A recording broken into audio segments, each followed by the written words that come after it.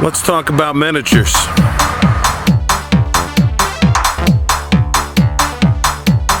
I've been known to do some role-playing.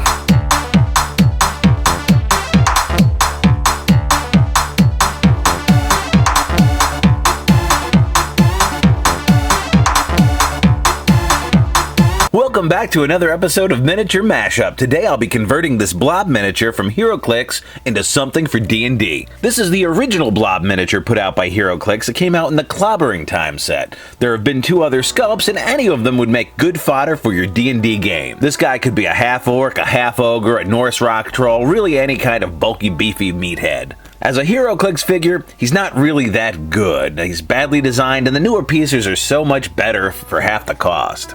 Personally, I wouldn't use this miniature even in a superhero role-playing game, even if it was in an X-Men game, much for the same reason that Marvel Comics stopped using this character in their comics. I mean, I'm not just going to dump on Blob. I have mixed feelings about him as a villain. I've read a lot of good stories that include him. He was always a good foil for Colossus, because Colossus is all hard and he's all squishy. And, he was visually interesting in that he was physically different than every other character in his universe. Well, okay, except maybe for Big Bertha. But let's be honest, Blob's power set, being so fat that he can't be moved, that's like a 5-year-old's idea of what a supervillain is. Now, I know from personal experience that there's nothing really super about being a big fat dude.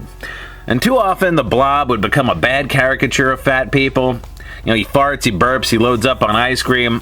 They were only a few issues away from Blob weaponizing his crotch fungus and breast milk. It would be one thing if the Blob just happened to be fat, but his villainous nature is tied to his weight. And Marvel already has a badass fat villain, and Kingpin doesn't need the Blob stepping on his brand. Now, unattractive villains are nothing new. It's true, hell, it's half the point of Dick Tracy, but having a villain who makes light of real health issues is another. Marvel Comics has done this before. This leather daddy is Razor Fist, whose superpower is that he's a double amputee. Yeah, somehow having no wrists makes him a master swordsman with blades on his hands. I get that having blades on your hands 24/7 would make you very good with them, but not necessarily good at fighting Captain America, more like good at making breakfast and changing the cat box. There's also Gin Genie, a character whose powers were tied to her alcoholism. Someone needs to remind the folks at Marvel Comics that Bluntman and Chronic are a parody. In the current continuity, Blob has lost all the weight but is now suffering from all the health problems related to obesity. It seems like Marvel's decided to jump ship on this problematic character. I mean, heavy kids read comics, and a lot of them escape into the Marvel Universe to get away from problems they might be having at school. The last thing they want to see is their favorite mutant beating up a fat guy. Anyway, that's enough of me editorializing. Let's take a look at the project today. Of course, we're going to start by dipping our Blob Heroclix into some acetone, shaking it around, pulling him back out, hitting him with the brush, and dipping him in again. I'm doing it very briefly. He doesn't seem to have a whole lot of paint on him, so I'm just dipping him very quickly, pulling him back out, hitting him with the brush, dipping him again. Just repeat until all the paint's off. I'm also going to use a little E6000 to stick a penny on his base to add a little more weight.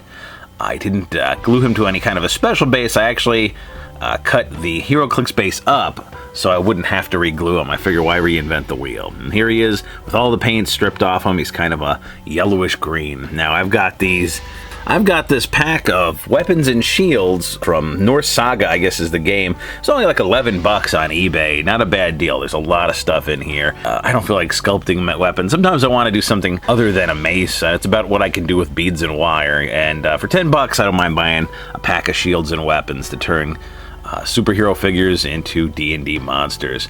Now I'm going to shave his wrist down a little bit. I'm going to Dremel a hole into his other hand. I shave his wrist down so the shield will fit on better, and we use E6000 to fix both of those things onto his arms. I'm adding a little white PVA glue to his base. We're going to sprinkle some craft sand on there. We're going to let him sit overnight, dry. And then, here he is, fully painted. Fatty doo-doo. Who's that scooting on a scooter, fatty doo-doo? Who's got doo-doo like a fatty scooty-doo? What? Nobody scoots a fatty doo like you do. Scatty foo-foo, patty poo-poo.